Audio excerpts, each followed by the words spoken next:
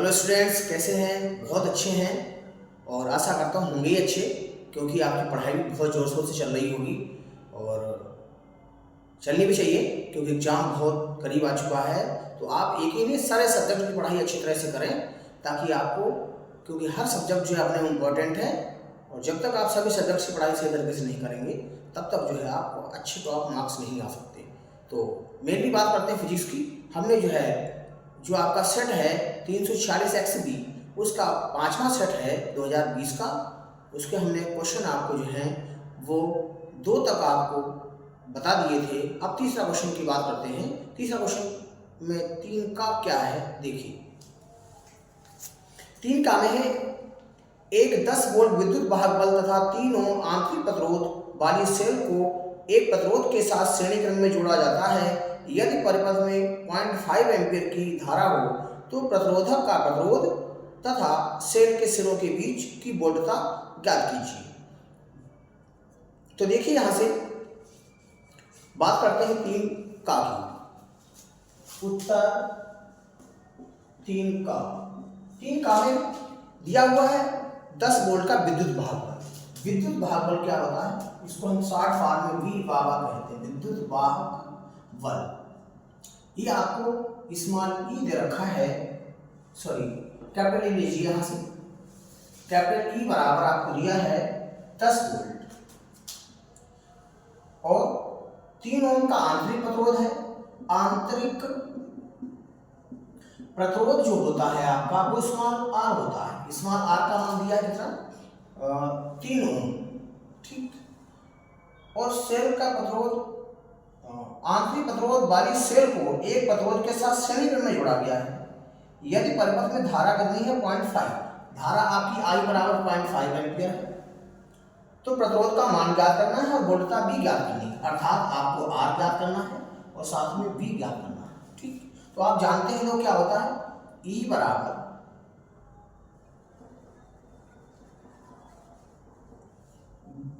ई बराबर लिखोगे तो माइनस प्लस में आएगा, बी बराबर लिखोगे तो ई माइनस आई आर, ठीक है। तो बी का मान निकालना ही है। ई का मान आपका 10 माइनस आई का मान है 0.5 गुणा आर का मान है 3। तो बी बराबर 10 माइनस 1.5 घटा देंगे इसे तो ये 8.5 वोल्ट आपका ये टर्मिनल विभवांतर आपका आ गया, ठीक बात। अब बात करते हैं इसके आगे। विद्युत धारा ये वोल्टता आ गई। अब आपको निकालना प्रतिरोध। प्रतिरोध क्या होता है? R बराबर बी अपान आई। प्रतिरोध R बराबर हो गया आपका बी अपान आई। तो R का मान यहाँ निकाल दीजिए। B का मान कितना है? 8.5 बटे में I का मान केवल 0.5 है तो 5 हटा दीजिए, 5 काट लो 17 आ जाएंगे। इस तरह से 17 ओम आपका प्रतिरोधक आ गया। देख लीजिए, बहुत आसान क्वेश्चन है। नेक्स्ट क्वेश्चन की बात करते हैं अपने 3 खा की बात करते हैं। इसका स्क्रीनशॉट ले लीजिए। अब 3 खा प्रश्न की बात करेंगे। देखो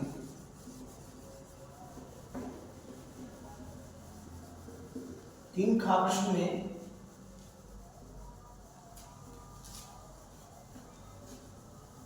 क्या कहा गया? 3 खा प्रश्न में कहा है एक वस्तु 15 सेंटीमीटर फोकस दूरी वाले अवतल दर्पण के सम्मुख रखी है, यानी कि जो अवतल दर्पण है उसकी फोकस दूरी आपको दे रखी है 15। वस्तु का प्रतिबिंब वास्तविक तथा 3 गुना बड़ा बन रहा है, ठीक। जितने गुना बड़ा प्रतिबिंब बन रहा होता है वो उसका आवर्धन कहलाता है। वस्तु की दर्पण से दूरी यानी यू निकालना है आपको, तो ध्यान दीजिए। फोकस दूरी दे रखी है आपको। फोकस दूरी जानते हैं आपका एफ होती है। एफ बराबर आपका दिया है 15 सेंटीमीटर। इसको -15 लिखेंगे क्योंकि अवतल दर्पण है। अवतल दर्पण की जो फोकस दूरी है वो माइनस की होती है और आपको आवर्धन दिया है m बराबर दिया 3 गुना प्रतिबिंब, अर्थात इसको 3 लिख लेंगे, साथ में माइनस भी लगाएंगे। क्यों? क्योंकि वास्तविक प्रतिबिंब है, इसलिए वास्तविक प्रतिबिंब के लिए क्या है? वास्तविक प्रतिबिंब। वास्तविक प्रतिबिंब के लिए जो अरेखीय आवर्धन है वो माइनस का होता है। अब आपको निकालना क्या है? वस्तु की दूरी निकालनी है, अर्थात यू निकालनी है। पहले हम क्या करेंगे? यू बी एफ में एक सूत्र होता है दर्पण का 1/f बराबर 1/u प्लस 1/v। लेकिन यहाँ पर क्या है, आपको u नहीं पता, b नहीं पता, लेकिन इससे निकालने के क्या होगा, m बराबर होता -v/u। तो यहाँ से क्या -3 बराबर v माइनस का बटे में u, तो ये माइनस माइनस कट गया। तो इस तरह से b बराबर कितना आ गया 3u आ गया आपका। ठीक हो गया, ये बात आपको यहाँ पर समझ में आ गई। ठीक है, अभी क्या करेंगे, ये मान आप रख देंगे कहाँ, सूत्र में 1/f बराबर क्या होता है 1/u प्लस 1/v। 1/f का मान कितना है आपके पास, -15 है, और 1/ जो u का मान है वो तो आपको निकालना ही है। तो ये v बराबर कितना है 1/3u आ गया आपका 15। 3u इसका एलसीएम 3 + 1 कितना हो जाएगा, तो ये आपका -1/15 बराबर कितना हो जाएगा 4/3u। तो 3 चौक 12, नहीं 3 पंजे 15, 3 पंजे 15 हो गया। तो यहाँ से u का मान अगर हम निकालेंगे तो ये माइनस का 4 पंजे 20 आ गया, यानी कि वस्तु की दूरी जो है दर्पण से 20 सेंटीमीटर दूरी पर होनी चाहिए। माइनस इसलिए आया क्योंकि वस्तु हमेशा दर्पण के लेफ्ट साइड में रखी जाती है। देख लीजिए, बहुत आसान सवाल था ये। जितने गुना प्रतिबिंब बनता है वो m का मान है। वास्तविक के लिए m का मान जो है माइनस का होगा, और आभासी प्रतिबिंब के लिए या काल्पनिक प्रतिबिंब के लिए m का मान जो है वो प्लस का होता है। अब 3 का प्रश्न देखिए आगे।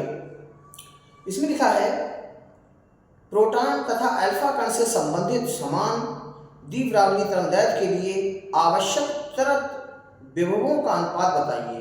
यानी कि यहाँ पर अल्फा कण और प्रोटॉन दोनों दिए हुए हैं, उनके विभव समान हैं। तो आप क्या कह रहे हैं कि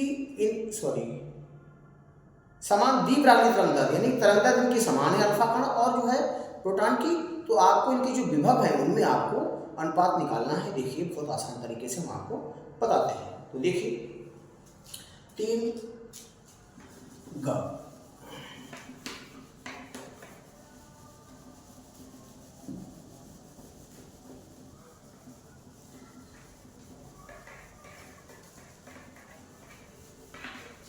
तीन गांव में देखिए आपका दिया है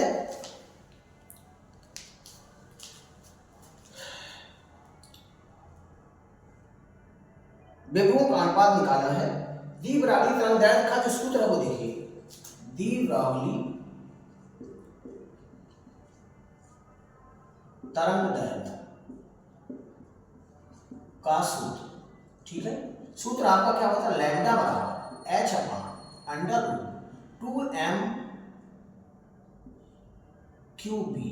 यह होता है, ठीक है। यहां से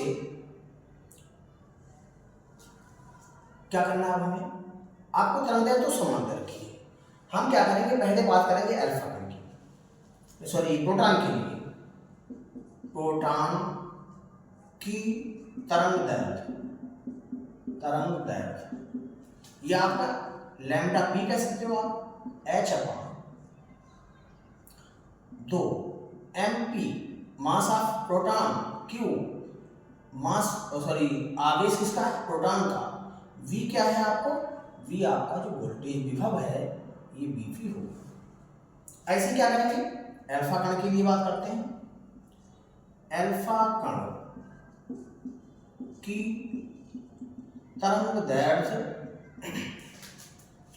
लैम्डा अल्फा बराबर क्या हो जाएगा, सब जगह आप अल्फा अल्फा लगा दीजिए, 2m⁴ और q⁴, यहां से v⁴, ठीक हो गया। आप इस समझ में होंगे, आप इस सूत्र के आधार पे हमने सारे बना लिए, ठीक बात। अब आप देखिए यहां से मास की बात करते हैं। जो अल्फा कण का द्रव्यमान है वो प्रोटॉन के द्रव्यमान का लगभग 4 गुना होता है, और आवेश जो है प्रोटॉन का द्रव्यमान आवेश का 2 गुना होता है। तो पहले हम बात करते हैं अल्फा कण के किसकी, आवेश का, प्रोटॉन पर आवेश, यानी P पर आवेश क्या हो जाएगा, E के बराबर, ठीक है। अल्फा कण पे देखिए, अल्फा कण का द्रव्यमान क्या हो जाएगा आपका, द्रव्यमान आपका m अल्फा हो गया बराबर 4 लगभग कर लो चाहे लगभग 4 mp, ठीक है। और अल्फा कण पर आवेश कितना होगा, आवेश प्रोटॉन का कितना 2 गुना, अर्थात प्रोटॉन पर आवेश p है तो q अल्फा बराबर क्या हो जाएगा यहां से 2e के बराबर हो जाएगा। आप समझ रहे, फिर से देखो यहाँ से सारे मान वैसे रख दिए हमने, कुछ नहीं करा इसमें, m अल्फा अल्फा लगा दिया, फिर लगा दिया आपको p है ना। अब द्रव्यमान m अल्फा क्या होगा, प्रोटॉन का 4 गुना, आवेश प्रोटॉन का 2 गुना होता है, p पर यानी प्रोटॉन पर आवेश जो है q अल्फा सॉरी qp सही यहाँ से qp बराबर इलेक्ट्रॉन के आवेश के बराबर होता है। अब ये सारे मान क्या करेंगे हम, इनमें पहले तो हम अपॉन कर लेते हैं, अनुपात निकालना किसमें है, दिया क्या है आपको, दिया है इनके तरंग दैर्ध्य समान है, अल्फा p बराबर सॉरी लैम्डा p बराबर लैम्डा अल्फा, तो इन्हों आपस में बराबर कर दीजिए आप, तो क्या होगा h अपान में 2mp qp और bp बराबर h अपान √2 m अल्फा q अल्फा और b अल्फा, ठीक हो गया। तो ये से 2 कट जाएंगे, इनके रूट भी आपस में कट जाएंगे, 2 से 2 कट जाएगा, तो ये क्या बचेगा सीधा सीधा, ये बचेगा mp qp और bp बराबर आपका बचेगा m अल्फा q अल्फा और b अल्फा, ठीक है। जो मान आपको पता है वो मान रख दीजिए, mp तो ऐसे रहेगा गुणा qp प्रोटॉन पर आवेश e, और इसमें विभव में तो अनुपात निकालना ही है, तो bp ऐसे रहेगा m अल्फा 4 mp के बराबर हो गया गुणा 2e गुणा b अल्फा ऐसे रहेगा, तो यहाँ से mp से mp कट गया, e से e कट गया, ठीक है। तो अब आपके पास क्या बचेगा bp अपान में b अल्फा, ये क्या होगा 4 दूनी 8/1 रहेगा, अर्थात जो इनका अनुपात है वो 8:1 अनुपात आपको bp और b अल्फा में पता लग गया। देख लीजिए बहुत आसान क्वेश्चन है, ठीक है। आज के लिए इतना ही, नेक्स्ट वीडियो में मिलते हैं।